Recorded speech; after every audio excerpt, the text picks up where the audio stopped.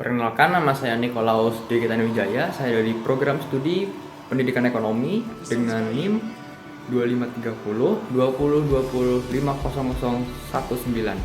Kali ini saya akan sedikit membahas materi tentang pelajaran sejarah Pancasila untuk generasi muda. Jadi, baik, akan saya mulai pada peristiwa penting BPUPK. Semuanya dimulai pada tahun 1945 saat BPUPK dibentuk untuk merumuskan dasar negara Indonesia. Disinilah Soekarno pada 1 Juni 1945 menyampaikan pidato yang terkenal yang memperkenalkan gagasan Pancasila berdasarkan persatuan, kemanusiaan, ketuhanan, demokrasi, dan gotong royong. Setelah itu, pada 22 Juni lahirlah Piagam Jakarta, hasil perumusan Panitia 9. Ini menjadi draft awal pembukaan Undang-Undang Dasar 1945.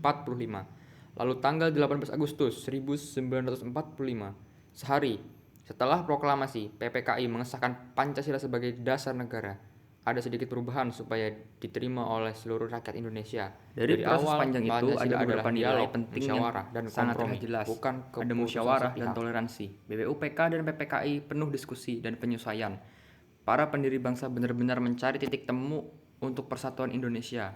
Kemudian ada kemanusiaan dan inklusivitas.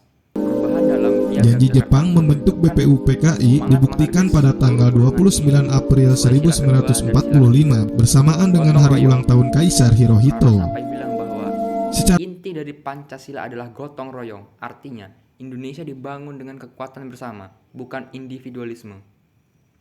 Sekarang, apa relevansinya bagi generasi muda? Kita hidup di era yang penuh debat online, perbedaan pendapat, bahkan polarisasi di media sosial.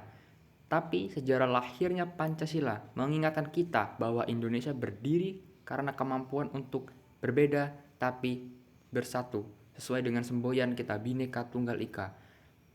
Musyawarah bisa kita terapkan saat diskusi online tanpa menggunakan kata-kata kasar atau toksik. Toleransi penting ketika kita berhadapan dengan orang yang pandangannya berbeda. Gotong royong relevan buat kita yang bekerja tim, komunitas, konten kreatif, sampai gerakan sosial. Sangat relevan bagi generasi muda yang aktif dalam kegiatan sosial.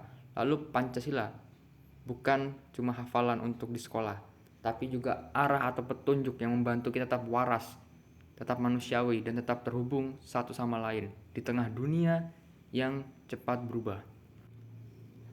Lalu kesimpulannya, jadi itulah pelajaran dari sejarah lahirnya Pancasila yang menurut saya sangat penting untuk generasi muda. Semoga kita bisa terus membawa nilai-nilai dalam keseharian kita baik offline maupun online. Terima kasih yang sudah menonton, dan ini adalah tugas dari mata kuliah Pancasila saya. Terima kasih.